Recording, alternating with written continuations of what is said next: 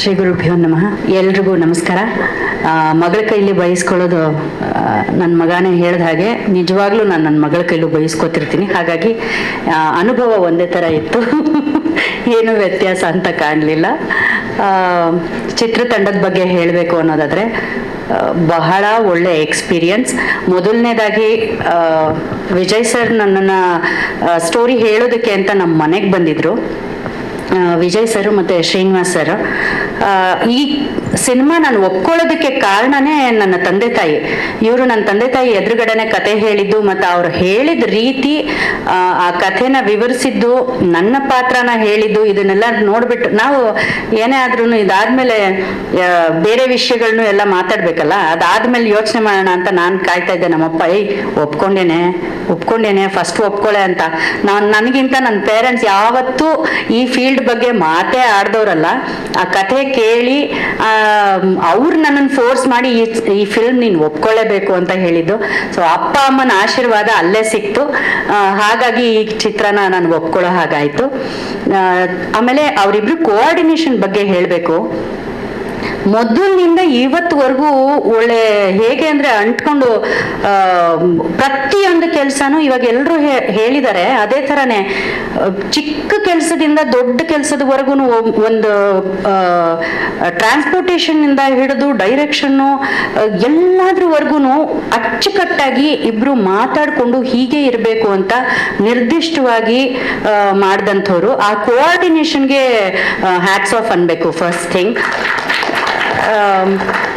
ಮತ್ತೆ ನಾನು ಒಂದು ಚಿಕ್ಕದಾಗಿ ಕಿರುಚಿತ್ರ ಮಾಡಿರೋದ್ರಿಂದ ಟೆಕ್ನಿಕಲಿ ಹೇಗೆ ನಾವು ಪ್ರಿಪೇರ್ ಆಗಬೇಕು ಅಂತ, ಶೂಟ್ ಮಾಡೋದು ಒಂದು ಕೆಲಸನೇ ಇಲ್ಲ ಅಂತ ಹೇಳಲ್ಲ, ಆದರೆ ಶೂಟಿಂಗ್ ಮುಂಚೆ ಪ್ರಿಪ್ರೇಷನ್ ಏನಿದೆಯಲ್ಲ ಅದು ತುಂಬಾ ಚೆನ್ನಾಗಿ ಮಾಡ್ಕೊಂಡಿರ್ಬೇಕು. ಆ ಪ್ರಿಪ್ರೇಷನ್ ಅನ್ನೋದು ತುಂಬಾ ಚೆನ್ನಾಗಿ ಆಯ್ತು ಅಂತಂದ್ರೆ ಶೂಟಿಂಗ್ ನಮಗೆ ಶೂಟ್ ಮಾಡೋದು ಅಷ್ಟೊಂದು ಕಷ್ಟ ಅಂತ ಅನ್ಸೋದಿಲ್ಲ.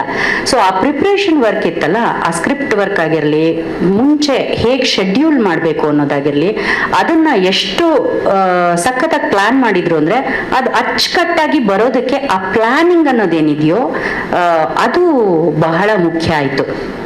ಇವ್ರು ಏನು ಪ್ಲಾನ್ ಮಾಡಿದ್ರು ಅದನ್ನ ಕರೆಕ್ಟಾಗಿ ಎಕ್ಸಿಕ್ಯೂಟ್ ಮಾಡೋದಕ್ಕೂ ಆಯ್ತು. ಮಧ್ಯದಲ್ಲಿ ಮಂಜಯ್ಯ ಸರ್ ಹೇಳ್ದ ಹಾಗೆ ಮಳೆದು ಪ್ರಾಬ್ಲಮ್ ಆಯ್ತು. ಒಂದ್ 3 ದಿನ ಆಕ್ಚುಲಿ ಶೂಟ್ ಮಾಡೋದಕ್ಕೆ ಆಗ್ಲಿಲ್ಲ. ಅದು ಅಂದ್ರೆ ಒಂದ್ ಶೆಡ್ಯೂಲ್ ಇಂದ ನೆಕ್ಸ್ಟ್ ಶೆಡ್ಯೂಲ್ಗೆ ಹಾಕ್ಬೇಕಾಗಿ ಬಂತು. ಅದನ್ನೆಲ್ಲ ಮುಂದೂಡೋದು ಒಂಥರ, ಆದ್ರೆ ಅದನ್ನ ಮತ್ತೆ ರೀಪ್ಲಾನ್ ಮಾಡೋದಿದೆಯಲ್ಲ, ಎಕ್ಸ್ಟ್ರಾ ಸೀನ್ಗಳಾಗೋಗ್ಬಿಡತ್ತೆ, ಡೇಟ್ಸ್ಗಳು ಸಿಗಲ್ಲ, ಅದನ್ನ ಮ್ಯಾಚ್ ಮಾಡೋದು, ಅದೆಲ್ಲ ಸಖತ್ತಾಗಿ ಅವರು ಪ್ಲಾನ್ ಮಾಡಿ ನೀಟಾಗಿ ಎಕ್ಸಿಕ್ಯೂಟ್ ಮಾಡಿದ್ರು. ಇದೆಲ್ಲ ಮಾಡಿದ್ರು ಕೂಡ ನಮ್ಗೆ ಯಾರಿಗೂ ಅದರಿಂದ ಏನು ವ್ಯತ್ಯಾಸ ಆಗ್ಲಿಲ್ಲ, ಅಂದ್ರೆ ಏನು ಡಿಸ್ಟರ್ಬ್ ಆಗ್ಲಿಲ್ಲ. ನಾವು ಬೇರೆ ಬೇರೆ ಕೆಲಸಗಳು ಒಪ್ಕೊಂಡಿರ್ತೀವಲ್ವಾ, ಅದು ಯಾವ್ದು ಡಿಸ್ಟರ್ಬ್ ಆಗ್ಲಿಲ್ಲ. ನಮಗ್ ಕೊಟ್ಟಿದ್ದಷ್ಟು ಡೇಟ್ಗಳನ್ನು ಅಷ್ಟು ಡೇಟು ಉಪಯೋಗಿಸಿದ್ರು, ಹಾಗೆ ಯಾವ್ದು ಕಡಿಮೆನೂ ಮಾಡ್ದಿರ ಅಷ್ಟೇ ಸಮಯದಲ್ಲಿ ಪ್ರತಿಯೊಂದನ್ನು ಎಕ್ಸಿಕ್ಯೂಟ್ ಮಾಡಕ್ಕಾಯ್ತು. ಸೊ ಅದು ಆ ಪ್ಲಾನಿಂಗ್ ಅನ್ನೋದೇನಿದೆಯಲ್ಲ ಅದು ತುಂಬಾ ಚೆನ್ನಾಗಿ ಮಾಡ್ಕೊಂಡಿದ್ರು ಇವರು. ಮುಂಚೆನೆ ಪ್ರಿಪ್ರೇಷನ್ ಏನಿತ್ತು ಅದು ತುಂಬಾ ಚೆನ್ನಾಗಿತ್ತು. ಅಂಡ್ ಹೇಳ್ದಾಗೆ ಎಲ್ಲ ಆರ್ಟಿಸ್ಟ್ಗಳು ಅಷ್ಟೇ, ನಾವಂತೂ ಸಖತ್ತಾಗಿ ಮಜಾನು ಮಾಡಿದ್ವಿ. ಯಾರು ಹಾಗಂತ ಅಂದ್ರೆ ತುಂಬಾ tight schedule, so first time ಮಾಡ್ತಾ ಇರೋದ್ರಿಂದ ಇಷ್ಟೇ ದಿನದಲ್ಲೇ ಮುಗಿಸ್ಬೇಕು ಹಾಗೆಲ್ಲ ಆ ರಿಸ್ಟ್ರಿಕ್ಷನ್ ಅಲ್ಲಿ. ನನ್ನ ಪಾತ್ರದ ಬಗ್ಗೆ ಅಂದ್ರೆ ನಾನು ತುಂಬಾ ಒಂಥರ ಮುಜುಗರದ ಸ್ವಭಾವದವಳು. ಗಂಡ ಹೇಳಿದ್ದನ್ನೇ ನಡ್ಕೊಂಡು ಹೋಗ್ಬೇಕು, ನಮ್ಮ ಮನೆತನ ಅದು ಏನಿದೆ ಆ ಚೌಕಟ್ಟಿನಲ್ಲೇ ಬದುಕಬೇಕು ಅನ್ನುವಂಥವಳು ಆದ್ರೂ ಕೂಡ ನನ್ನಲ್ಲಿ ಒಂದು ಮುಗ್ಧತೆ ಏನಿರುತ್ತೆ ಅದನ್ನ ಈ ತೆರೆ ಮೇಲೆ ತುಂಬಾ ಚೆನ್ನಾಗಿ ತೋರಿಸ್ಕೊಟ್ಟಿದ್ದಾರೆ. ಹಾಗೆ ನಾನು ಜೀವನದಲ್ಲಿ ಏನೇನು ಅನುಭವಿಸಿರ್ತೀನಿ ಅದನ್ನ ಯಾವುದನ್ನು ಹೊರಗಡೆ ನಾನು ಹೇಳ್ಕೊಳ್ಳೋದಕ್ಕೆ ನನಗೆ ಅವಕಾಶ ಇರೋದಿಲ್ಲ. ಆದ್ರೂ ಸಹ ಈಗ ಎಲ್ಲ ತಾಯಂದ್ರು ಹೇಗೆ ನಾವು ಮಕ್ಕಳಿಗೋಸ್ಕರ ಮಿಡಿತೀವೋ ಅದೇ ರೀತಿ ನಾನ್ ಹೇಗೆ ಇದ್ರು ಕೂಡ ನನ್ನ ಮಗಳ ಜೀವನ ಚೆನ್ನಾಗಿರ್ಬೇಕು, ಅವಳಿಗೆ ಯಾವ ತರ ಅನ್ಕೋತಾಳೋ ಹಾಗೆ ನಡಿಬೇಕು ಅಂತ ಯೋಚನೆ ಮಾಡೋ ಅಂತ ಪಾತ್ರ.